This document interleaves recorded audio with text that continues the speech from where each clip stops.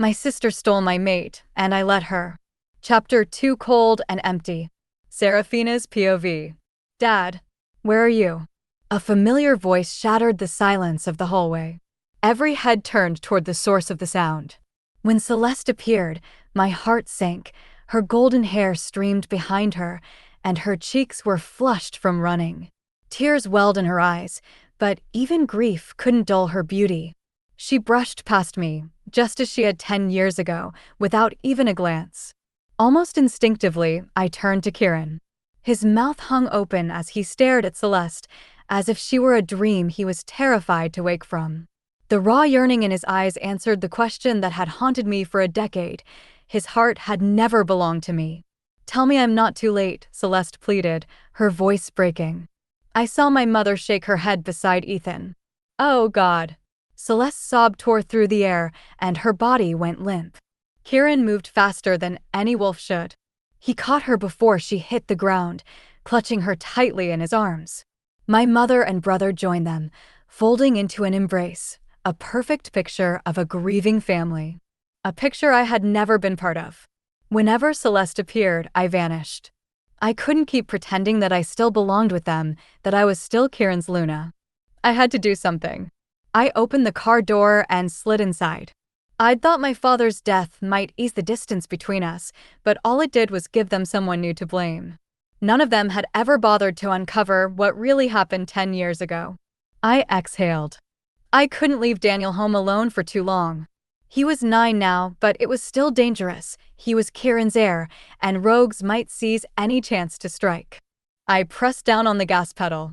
When I got home, I immediately went to check on Daniel, but to my surprise, he was already awake. Light spilled out from beneath his door. When I pushed it open, I found my 9-year-old son curled up, his knees drawn tightly to his chest like a fortress against the world. "Mom," he asked anxiously, "why didn't Dad come back with you?" I swallowed the lump in my throat and sat down beside his race car-shaped bed. "Your dad's helping your uncle with some things. I was just worried you'd wake up looking for us like now." "Sweetheart, did you have a bad dream?" I asked, running my hand through his hair. He bit his lip uneasy. "Grandpa Edward, something happened to him, didn't it?" It felt like the air was sucked from my lungs. How could I tell this bright-eyed boy that the man who taught him to track deer just last summer was gone? I stroked his pajama-covered knees gently. "Honey, something happened tonight. Grandpa was hurt. He's dead." Daniel's whisper carried an eerie certainty. Our bond broke. My hand froze. He was only 9. He shouldn't be able to feel the severing of a wolf bond. Yet he had. The sensitivity I'd prayed for his whole life had awakened in him. Relief and awe mingled in my chest. He wouldn't be like me. He wouldn't bear the shame of being an alpha's defective child, a wolf whose beast never woke. "Come here, my brave boy." I pulled him into my arms, breathing in the scent of maple syrup and innocent sweat. No matter how much I regretted that disastrous blood moon hunt, I would never regret the miracle it brought me. Daniel was the only pure thing in my life, the only heart that loved me without condition. As I draped his blanket, patterned with little spaceships, over his shoulders, he gazed up at me with eyes so deep and soulful, Kieran's eyes in miniature. "You and Dad will always be here, right?" I knew his fear, that we'd vanish like his grandfather. I hurried to reassure him. "Of course, honey. Mommy's not going anywhere," I promised, pressing a kiss to his furrowed brow. "Daddy, and I love you more than anything," I whispered. "That will never change." "I know." Daniel drew back, looking at me. "But I don't want to be a burden to you." "What?"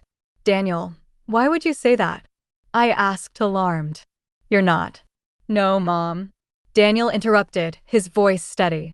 "I know things aren't good between you and Dad. Tonight was hard for you, and he still didn't come home with you." I wanted to explain, but he didn't give me the chance.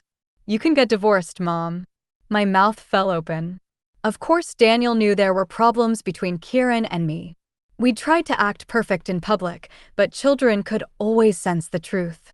"Mom, you've already decided, haven't you?" Daniel said softly. I didn't hide it. I nodded. He was 9 now. Honesty might make him feel safer. "If I do this, will you hate me for it?" "No," Daniel said quickly. Lots of kids at school have divorced parents. Their parents still love them. I bet you and Dad will still love me too. You just said so yourself, right? He added. I pulled him into my arms again. Of course, sweetheart. That will never change. Do it, Mom. I want you to be happy, Daniel said firmly. Of course I will, I promised. He was already getting drowsy. I soothed him until he fell asleep once more. When I left Daniel's room, I went to the study, downloaded a divorce agreement, and decided I needed a little alcohol. The kitchen's fluorescent light buzzed overhead as I rummaged through the fridge. Bottles clinked together, then froze mid-motion when the front door clicked open. Kieran. He was home. I'd expected him to stay at the hospital all night, comforting her, reconnecting. But since he was here, now was as good a time as any to talk. He moved through the dim house like a shadow, his broad shoulders nearly filling the kitchen doorway. Moonlight outlined the sharp planes of his face. His gaze swept over me empty. Always empty. The fridge hummed between us as he reached past me. The scent of cedar and rain enveloped me, sharp and intoxicating, before he pulled away and twisted open a bottle of water. Do you want something to eat? I asked. You missed dinner. Nothing. Only the sound of his throat working as he swallowed, muscles tightening beneath his stubble I'd never been allowed to touch. The clatter of plastic hitting the recycling bin made me flinch. He leaned against the counter, head bowed, like Atlas bearing the weight of the world. I'd seen this performance for 10 years, talking to a ghost in my own home. But tonight, I refused to fade into silence. Since you're not tired, your mind must be clear, I said, meeting his eyes. What? He asked, impatient, confused. Let's get divorced, I said calmly.